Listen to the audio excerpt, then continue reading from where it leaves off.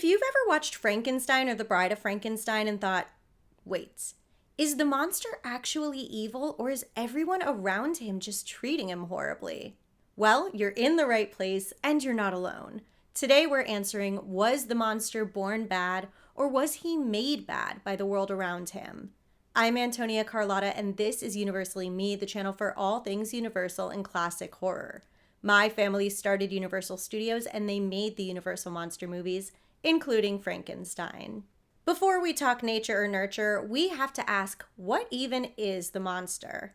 In the 1931 Frankenstein, Henry Frankenstein is a young, brilliant, wildly unethical scientist who decides to create life using parts scavenged from corpses. His assistant Fritz provides the brain, but in a turn of events, instead of providing a perfect specimen of a brain, he provides an abnormal brain, having belonged to a hardened criminal prone to violence and destruction. This little plot detail becomes the basis for the idea that the monster may have been doomed from the start. But how much does this brain really matter?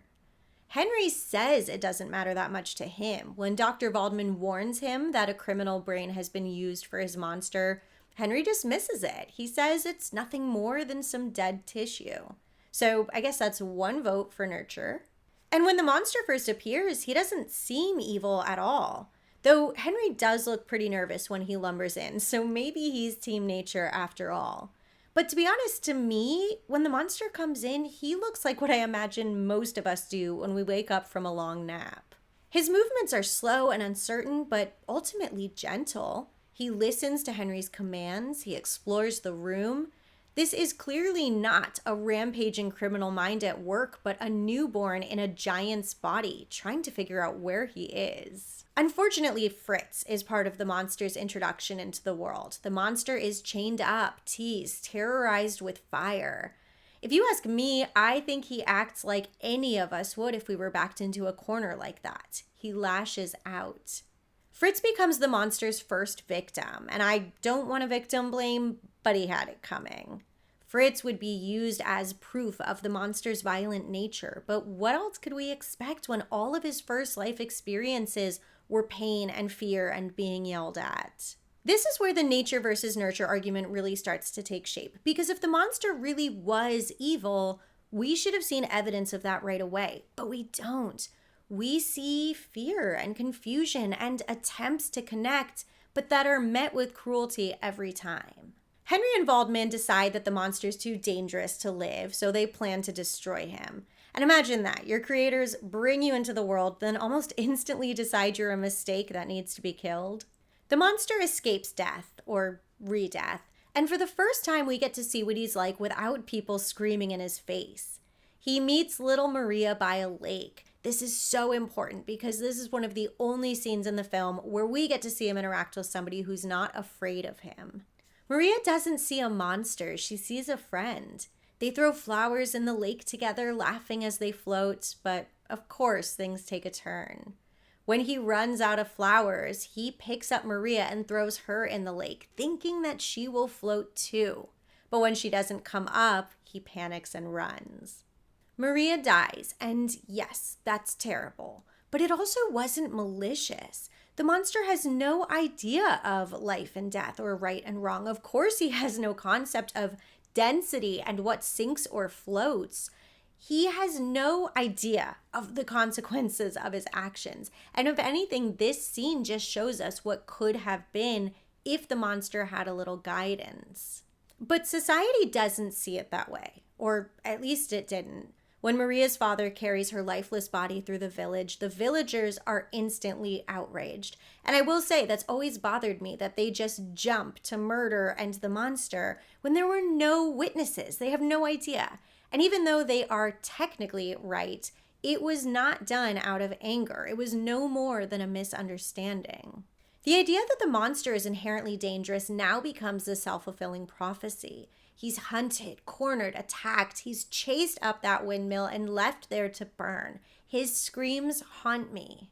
Now you could argue that he did hurt people. He did kill people. And isn't that proof of the criminal mind at work? And I get it, right? That's the nature argument. But every monstrous act that he commits is a direct response to being provoked or attacked. The only true unprovoked death was Maria's, but that really was basically an accident. Which brings us to the Bride of Frankenstein, and this is where the nurture argument absolutely runs away with the game. Because the monster survives the windmill fire, because you can't keep a good monster down, but he's instantly met again with hatred and violence. The villagers hunt him, and any chance he has for peace is shattered. But then something different happens. He meets the blind hermit, and for the first time since Maria, somebody treats him with kindness. The hermit doesn't judge his appearance, he can't see it. He hears his voice, he feels his presence, and he responds with warmth, food, shelter, music, and most of all, compassion. This short sequence is so beautiful because it's proof right there on screen that the monster is capable of friendship, gratitude, and even joy if given the chance. He learns to speak. He learns that fire isn't just a weapon, it can be warmth and comfort. He sheds one single beautiful tear for the hermit's prayer. I would give anything to see these two just live a happy, healthy life together in this cabin forever. I think that's all either of them would want. Alone, bad. Friend, good. But of course, two men stumble in and ruin everything because now he's just the monster again. The hermit's house burns, the monster flees, and any progress he had made was ripped away. In reference to another Boris Karloff classic, if you know, you know, the monster's heart grew 3 sizes that day with the hermit, and now he just wants a friend. You can see he's looking for that friendship everywhere now. When the bride rejects him at the end of the film, his pain turns into destruction. He spares Henry but destroys the lab, killing himself and the bride. It's his way of ending the cycle and removing himself from a world that refuses to accept him. And that's the tragedy. We spent 2 films watching somebody who could have been gentle, intelligent, even loving, if only he'd been met with those same qualities from others. But instead, he got anger, fear, and rejection until his reputation became his reality. So nature or nurture? I think the answer is crystal clear. Yes, the criminal brain gives us a little built-in what if, but the on-screen evidence overwhelmingly points towards nurture, or in this case, his lack of nurture. The monster was not born bad, but made a monster by a world around him that refused to see him as anything else. When he's shown kindness, he responds with kindness. But when he's hunted, of course he becomes dangerous. I think that's why this story still resonates almost a century later, because we've all been misunderstood or judged unfairly. We've all been treated like something we're not, or wondered what we could be if the world just saw us differently. That is why Frankenstein is more than just a horror movie, and it teaches us that the real horror is not this stitched together giant with bolts in his neck, it's how people can destroy something so good by treating it so badly. What moment in Frankenstein or The Bride of Frankenstein makes you feel the most sympathy for the monster? If you like these universal and classic horror deep dives, make sure you're subscribed, hit the like button and the notification bell, share this video with somebody you know would treat the monster with kindness. And don't forget, paid members get bonus videos, pictures, and more, and it's a great way to support my work. Thank you for watching. Bye.